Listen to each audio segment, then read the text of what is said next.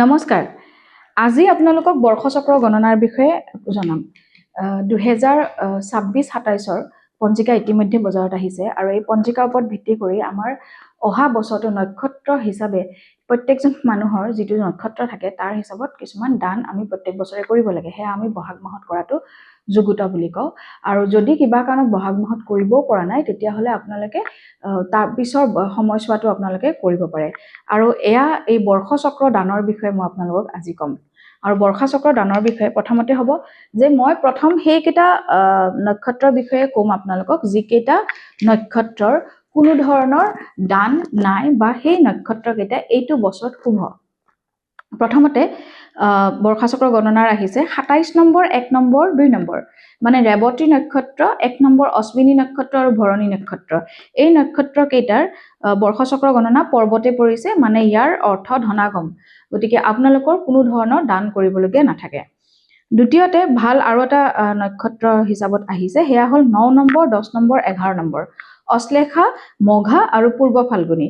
এইকেইটা নক্ষত্ৰৰ ধৰণাং আৰু ফল পুত্ৰ সম্পত্তি। গতিকে আপোনালোকৰ যিসকলৰ এই তিনিটা নক্ষত্ৰ অশ্লেষা, মঘা আৰু পূৰ্ব ফাল্গুনী তেওঁলোকৰ কোনো ধৰণৰ দান নাই। ইয়াৰ পিছত শুভ যদি আমি কওঁ তেতিয়াহ'লে আহিছে 15, 16, 17, স্বাতী, বিশাখা আৰু অনুৰাধা। এই তিনিটা নক্ষত্ৰৰ পৰিছে সংক্ষেপ ফল মাহতী লক্ষী বুলি কোৱা হয় আৰু আপোনালোকৰ কোনো ধৰণৰ দান এইটো বছৰ কৰিব নালাগে। ইয়াৰ পিছত শুভ আহিছে আপোনাৰ 21, 22, 23। 21, 22 আপোনাৰ উত্তৰচাৰা, শ্ৰৱণা আৰু ধনিষ্ঠা। এই নক্ষত্ৰ কেইটাৰ ক্ৰৰে ফল হয় সৰ্বসুখ। গতিকে এই নক্ষত্ৰ কেইটাৰ ক্ষেত্ৰতো কোনো ধৰণৰ দান কৰিবলগীয়া নাই। 21 নম্বৰ উত্তৰচাৰা, শ্ৰৱণা আৰু ধনিষ্ঠা। ইয়াৰ পিছত 24, 25, 26 শতভিষা, পূৰ্ব ভাদ্ৰপদ আৰু উত্তৰ ভাদ্ৰপদ।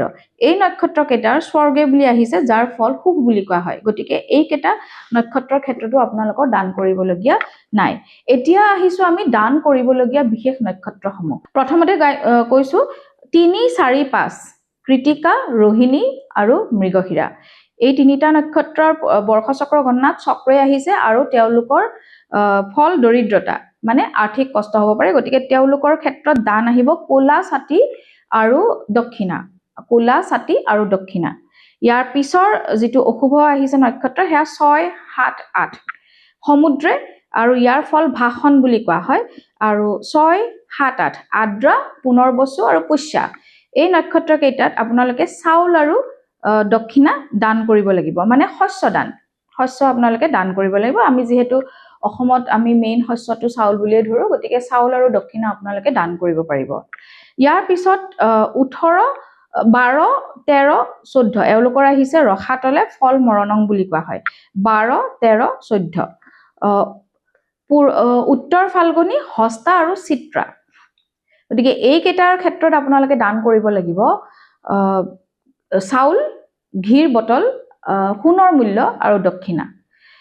চাউল, ঘি, সোণৰ মূল্য আৰু দক্ষিণা। আৰু সৰ্বশেষত 18, 19, 20 জ্যেষ্ঠা, মূলা আৰু পূৰ্বচাৰা।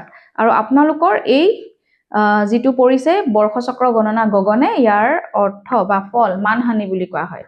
গতিকে এওঁলোকৰ ক্ষেত্ৰত দান কৰিব লাগিব ভোজনী এটা, বগা বস্ত্ৰ, যিকোনো বগা বস্ত্ৰ দিব পাৰে, ধুতি দিয়ক, গামোচা দিয়ক, চাদৰ দিয়ক, গেঞ্জি দিয়ক, যি আপোনাৰ কাৰণে যোগ্যত হয়, সুবিধা হয়।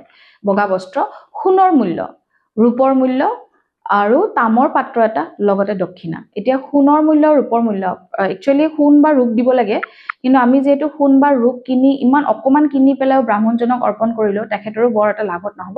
গতিকে আমি এই ক্ষেত্ৰত মূল্য দিয়া বুলি কওঁ। আৰু মূল্য প্ৰত্যেকজন মানুহৰ কাৰণে নিজাববীয়া হয়। কোনোবাই মূল্য বহুত টকাও দিব পাৰে, কোনোবাই বহুত কম দিব পাৰে। গতিকে মূল্য হিচাপত দিব। আৰু সোণৰ মূল্য, ৰূপৰ মূল্য, তামৰ পাত্ৰ আৰু আপোনাৰ দক্ষিণা, এইখিনি বস্তু আপুনি দান কৰক। আৰু যিসকলৰ দান কৰিব নালাগে তেওঁলোকৰ দান যিহেতু অহা নাই, গতিকে তেওঁলোকে কোনো ধৰণৰ দান কৰিব নালাগে। এতিয়া এই দানখিনি যিহেতু গ্ৰহৰ দান, গ্ৰহ বিপ্ৰ দিয়াটো উচিত।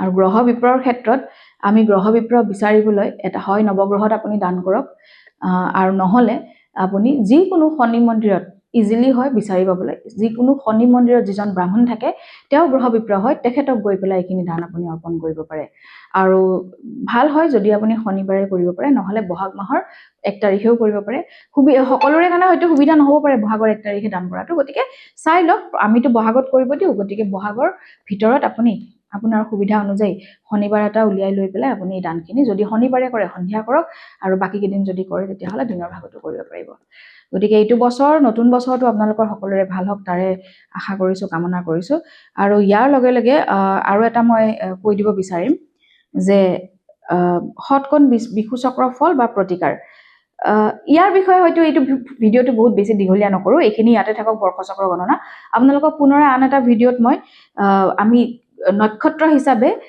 কেনেকুৱা দ্ৰব্যৰে গা ধুব লাগে হেয়া মই আপোনালোক নেক্সট ভিডিওটোত জনাম ধন্যবাদ